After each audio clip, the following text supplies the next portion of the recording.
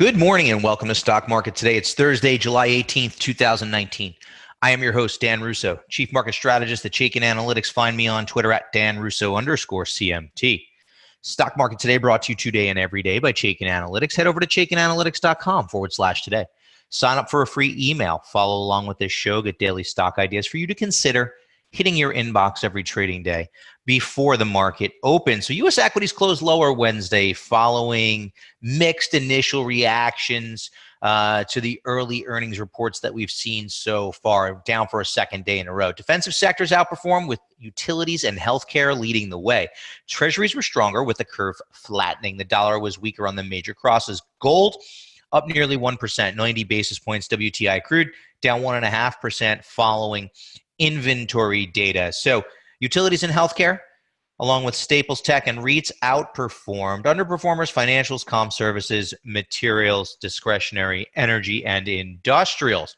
As we get to the desk this morning, futures are down 10 basis points actually after closing near the lows of the session yesterday. Asian markets were weaker overnight, with Japan down nearly 2% and China off over 1%. European markets are weaker. Treasuries are stronger. The dollar is stronger versus the yen, but stronger versus the euro rather, but lagging the yen cross. Gold is off 10 basis points, giving a little bit of back after a strong move yesterday, and crude oil is up 70 basis points to get things going on a Thursday morning. Here's the market. We are above the breakout level, and we continue to hold above that level. Support 2,900 to 2,950. Resistance, let's call it now at the 3,000 mark. We've been dancing with 3,000 up and down for a little while. Round number, psychological resistance at that 3,000 level, likely to remain in play for a little bit of time. Now, should the market continue to pull back and test that support level around 2,950, we're going to look for the RSI to hold in bullish ranges. If the market tests and holds 2,950 and the RSI stays above 40, to me, that is a bullish sign from a momentum indicator, and that tells you that you want to go out and look for bullish and very bullish stocks in leading areas that have become oversold with bullish money flow. Now, money flow for the market in general remains positive. Down ticking here as the market closed near its lows yesterday and the previous day, but still holding in positive territory. So the indicators are okay. Market's taking a little bit of a breather here. I think it's pretty clear. Above support with RSI in bullish ranges, I think it makes sense to then get aggressive on the long side of the portfolio. Now, right now, in the here and now, stuck between 2,950 and 3,000 with some divergences in breadth that we're going to look at in just a little bit. I don't think you want to be as aggressive. You can sit back, do your work, and then look for better opportunities. So that's kind of where we stand for the market in general right now. Now, your market in a minute. Stocks pause for a second day in a row. Momentum breaks above key resistance. We're talking about the factor there. Breadth metrics turn mixed as short-term measures diverge. We'll take a look at what that means a little bit later, as I said. Global markets continue to underperform relative to the U.S., and futures, as I said, do point to a lower open here this morning, though it is slight, and they are off their worst levels from when I started my day. Looking at the Chaikin power bars now. For the major indices, the Dow 5 to 4 bulls to bears. S&P 500 holding in there, 134 bulls, 72 bears. NASDAQ still greater than 3 to 1 bulls to bears. 32 bullish or very bullish stocks for 10 bearish or very bearish stocks. Deterioration in the small caps, which once again underperformed. 515 bulls, 326 bears. Rally in bond sent yields lower. A little bit of a flight to safety with the sell-off in the market yesterday. According to the Chaikin Power Bar, large cap stocks and small cap stocks are bullish. Look at our stock of the day now. NXP Semiconductor, NXPI, ticker symbol there. Auto-generated based on that very bullish Chaikin power gauge rating, and that power gauge rating is due to very attractive financial metrics, very strong earnings performance, very strong price volume activity, and very positive expert activity. All four of the major factor categories are very strong or very bullish. So the fundamental setup is there, right? Very bullish stock. It's in a strong trend, it's in a strong industry group. But do we want to just run out and buy it? Absolutely not. We run through our process. And the process calls for holding off as far as I'm concerned. we talk about it all the time, market and model being in agreement. We want to see bullish and very bullish stocks that are outperforming the market. This stock is an inline performer to a slight underperformer. So right there, that would preclude us from really liking it on the downside. Now, it is oversold, but look at the bearish money flow.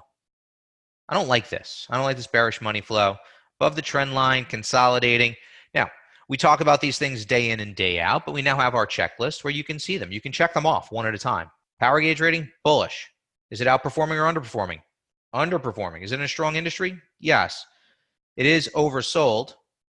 It is above the trend line, but money flow is weak. So for me, there's just not enough here to get excited about. There's probably better names out there in the semiconductor space that warrant our attention as we wait for a better opportunity in a name like NXPI. So that's the process that we run through each and every day when I'm coming up with my stock ideas for my morning note, or when I'm talking to clients and clients have questions about certain stocks that they own.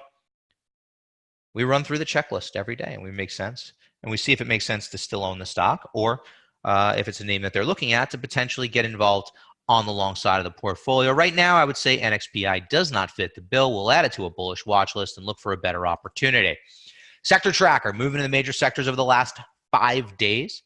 Last week, you heard me start to talk about materials, and they are at the top of the list for the past 5 days. Defensive properties and staples helping that group out. Discretionary doing well. Remember on Tuesday when we did our sector work, we looked at the breakout in discretionary on a relative basis. That continues to hold. Industrials and tech round out the top 5 that are outperforming the market. Comms, Utes, and financials are middle of the road. Healthcare, REITs, and energy, the bottom of the list. And it seems like week in and week out, we're here talking about energy being a group to avoid. That does remain the case. Stocks it's a bearish sector. The industry groups are bearish. When we look at the ETF power gauge ratings, a lot of bearish stocks. Just no reason to get involved there. Rather look for opportunities on the bearish side, or just avoid it altogether if you don't trade to the bearish side. Now, our industry in focus today, another one where we've been openly bearish, retail services, which over the past 6 months has underperformed the S&P 500 by 15.6%. Power bar ratio, which measures future potential, is weak with more bearish stocks than bullish stocks. You can see it here pretty clearly. 20 bears to 12 bulls. It's moved up one slot over the past week. It's currently ranked number 16 of 21 subsectors that we look at. So for me, at the very least, I know it's a group we want to avoid. If you want to look for names that might be compelling on the bearish side, Carvana, CVNA, Monroe Muffler, MNRO, and Advanced Auto Parts. Run through it. That checklist that we run through looking for long ideas, just flip it. Take the opposite approach, and when the opportunity is there, you can open bearish positions. Now, for me, here's a look at the ETF, XRT, the SPDR S&P Retail ETF. You can see here very clearly, bearish, Chaikin Power Gauge ETF rating, and in a weak trend. Been underperforming the market really since last October. Market and model are in agreement to the downside. Same rules apply here for an ETF. We want to see the market and model in agreement. We have a bearish rating, underperforming the market. Fund is currently overbought with bearish money flow. To me, if you're an ETF trader, you're avoiding this one completely. Also, if you're like to take bearish positions to hedge some of the longs in your portfolio, XRT actually looks compelling.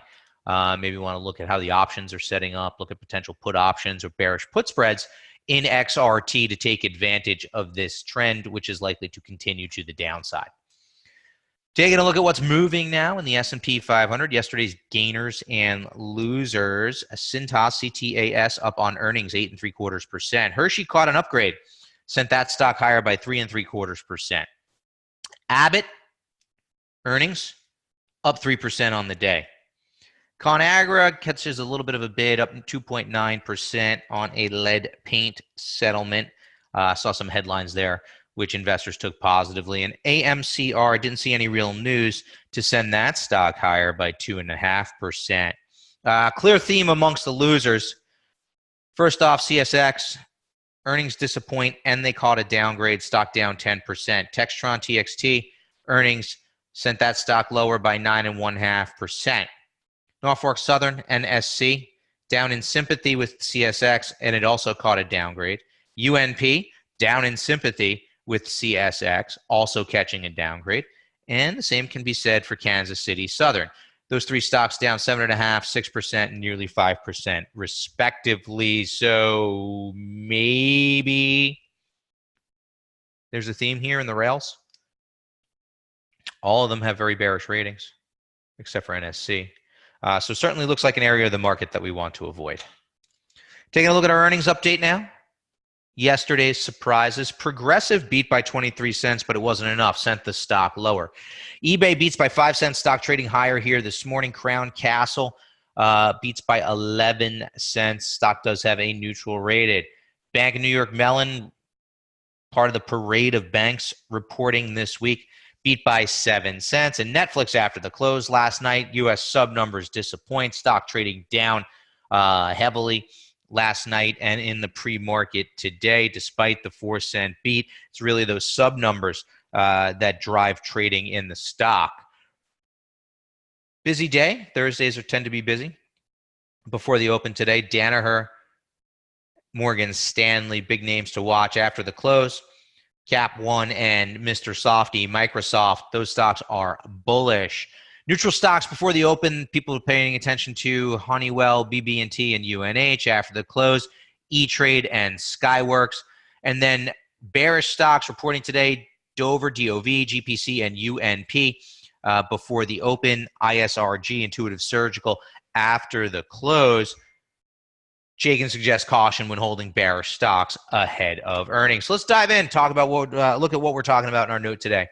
It's Thursday. We look at breadth. Now, what I would say about breadth is longer-term metrics are holding up, but shorter-term metrics are giving us some divergences that warrant attention. What we're looking at here is the percentage of S&P 500 above their respective 20-day moving averages. And what you can see is we have a negative divergence. These highs in the market recently were not met with new highs by this indicator. So it's a short-term breadth deterioration here in the market as we turn lower after not confirming at the highs. What I will say is the same goes for the percentage of stocks above their 50-day moving average. We have a similar divergence. However, longer term, the breadth picture still looks good, with the percentage of stocks above their 200-day moving average still trading near the highs and confirming the breakout in stock. So a bit of a mixed bag now from the breadth metrics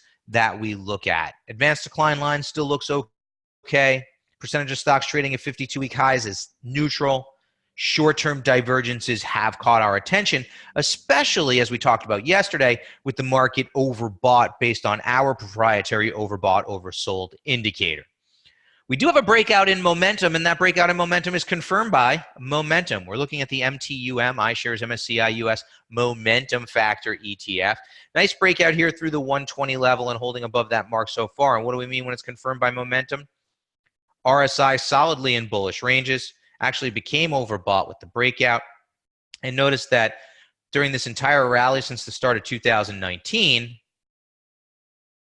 RSI never became oversold, routinely holding above the 40 or 50 mark. So this is what we talk about when we talk about that shift in the indicator to confirm a strong trend in price. We're seeing it here with MTUM.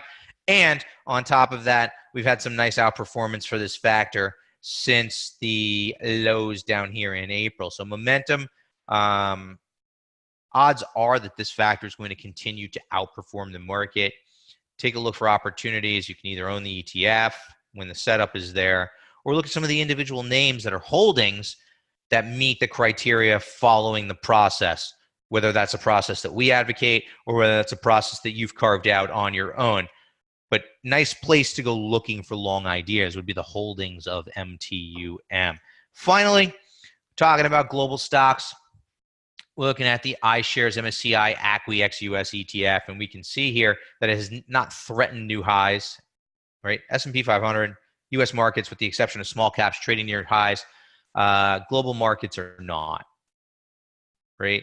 We've got a little bit of a shift here in the RSI, but if we look relative to the S&P 500, steady downtrend. So US remains the best place for investment dollars as far as I can see right now. That's going to wrap it up for today. Head over, sign up for the email.